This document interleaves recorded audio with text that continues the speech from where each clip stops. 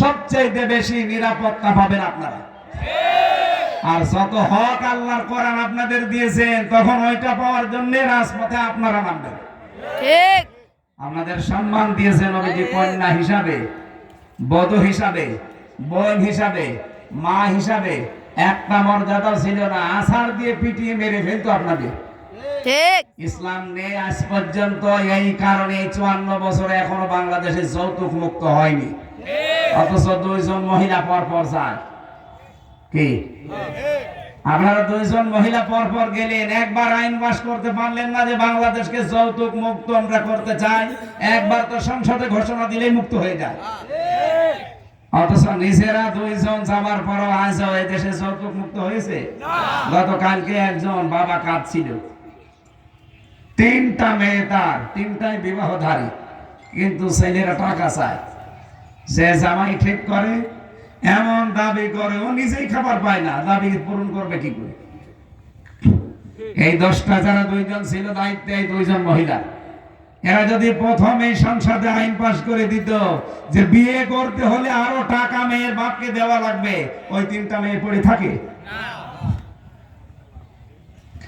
আপনাদেরকে যে সম্পদ আল্লাহ দিয়েছেন, যদি সত্যি আপনারা নিজেদের মর্যাদা বুঝে পর্দার ভেতরে থাকতে পারতেন, আল্লাহর কসম পুরুষ মানুষ জোর করে হলেও টাকা ভিক্ষা করে হলে আপনার বাবাকে দিয়ে বিয়ে করতে। এখন যদি আমার পানি পিপাসা লাগে, পানি নেই এলাকায় 50 কিলোর ভেতরে, শুধু ডাব আছে, এক একটা ডাব 2000 টাকা পিস। আমার পানি খাওয়া দরকার, পানি নেই, শুধু ডাব আছে, 2000 টাকা, তাই কি 5000 হলো আমি কিনে খেতাম? বলেন বলেন। মেয়েদের খেলা ঠিক ওইভাবে বানিয়েছে। ওরা যদি সত্যি ওদের মর্যাদা বুঝতো, আর ইসলাম যদি দেশে থাকতো, পুরুষ মানুষ ভিক্ষা করে হলো দেন মহরের টাকা জোগাড় করে বিয়ে করতো। অথচ এখন উল্টা করে তারা আর যৌতুক দেওয়া লাগছে। এই এলাকায় এটা আছে কিনা জানি না, এই যে বড় যাত্রী যেটা যায় মানুষ 200-500 করে মেয়ের বাড়িতে যান, আপনি কোথায় পেয়েছেন ভণ্ডামি? এটা ইসলামে নেই। ইসলামে আছে অলিমা। কি বললাম? বলেন বলেন। সুতরাং আজকে থেকে আর কোন বর যাত্রী যাবেন না। মেয়েদের এটা মর্যাদা। আপনি কোন কারণে 18-20 বছরের একটা মেয়েকে বাড়ি নিয়ে আসবেন, আরো 500 মানুষ খেয়ে আসবেন? আপনি ইতর না? এখানে আজকে থেকে বরযাত্রী যেহেতু ইসলামে নেই, বরযাত্রী কেউ যাবেন? কারা যাবেন হাত তোলেন তো।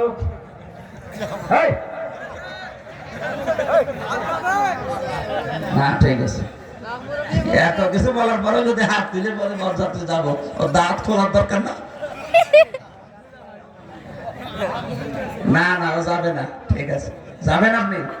হ্যাঁ, না যাবে না। এখন থেকে বিয়ে শাদী করতে হলে বরযাত্রী বাদ সিস্টেমই তুলে দেওয়া দরকার। ইসলামে নেই, আমরা ওটা মানি না। এখন কি তৈরি হবে? অলিমা।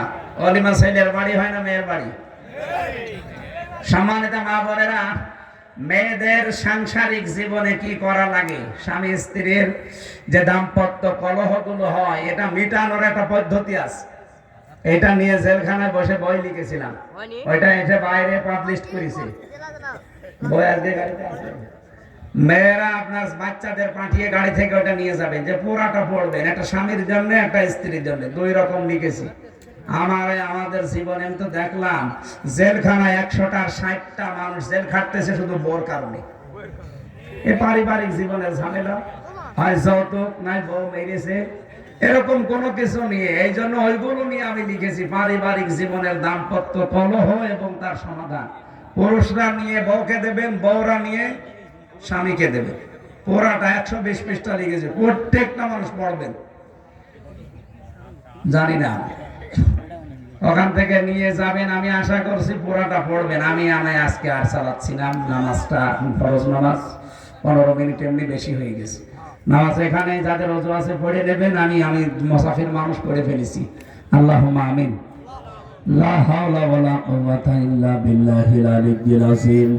আল্লাহুম্মা গফিরলি ওয়ারহামনি ওয়াহদিনি ওয়াফিনি ওয়ারযুকনি ইয়া রাব্বাল আলামিন। আল্লাহ তাআলা চর্ম চোখে যেন দেখে মরতে পারি বাংলাদেশে তোমার কোরআনের বিধান চলছে। এটা না আসলে দেশ থেকে বেপরদা বন্ধ হবে না, এদেশ থেকে সুদ বন্ধ হবে না, ঘুষ বন্ধ হবে না, অবিচার জুলুম চাঁদাবাজি চিন্তায় মানুষ খুন এটা বন্ধ হওয়া সম্ভব না। এখানে ৫৬,০০০ বর্গ মাইলে তোমার কালামটা চলছে, এটার ব্যবস্থা করে দাও। এ দেশটা একটা মিনি জান্নাত হয়ে যাবে। আমি সহ যারা অসুস্থ আছি আমাদেরকে শেফা দান করো। সামনে রহমত মাগফিরাত আর নাজাতের মাস রমজান, হায়াতটা আমাদের বাড়িয়ে দাও, আমাদের শরীরকে সুস্থ রাখো, হক আদায় করে ৩০টা রোজায় রাখার তৌফিক দান করো। অনেক মেয়েরা অসুস্থ আছে, তাদেরকে তুমি শেফা দাও, বিশেষ করে ৩০টা রোজায় যেন তারা রাখতে পারে। ২ দিন ৩ দিন ৫ দিন যে রোজাগুলো তাদের শরীর অসুস্থ থাকার কারণে রাখতে পারে না, আল্লাহ পরবর্তীতে হক আদায় করে ওগুলো রাখার তৌফিক দাও। এই মাহফিলটা বাস্তবায়নে যারা শ্রম দিয়েছে এদের কবুল করে নাও। আল্লাহ তাআলা যে কথাগুলো বলার জন্য বসেছিলাম শেষ পর্যন্ত আমি যেতে পারি না, যতটুকুই বলেছে ওয়ালাল আখিরাতু খায়রুল লাকা মিনাল উলা, তোমাদের প্রথমের চাইতে শেষ ভালো। প্রথম জীবন তো পার করে ফেললাম, আমাদের শেষটা তুমি কোরআনের হাতে তুলে দাও। বারাকাল্লাহু লানা ওয়া লাকুম ফিল কোরআনিল আযীম। এলাকায় মাটির নিচে যারা ঘুমিয়ে আছে এদের মাফ করে দাও।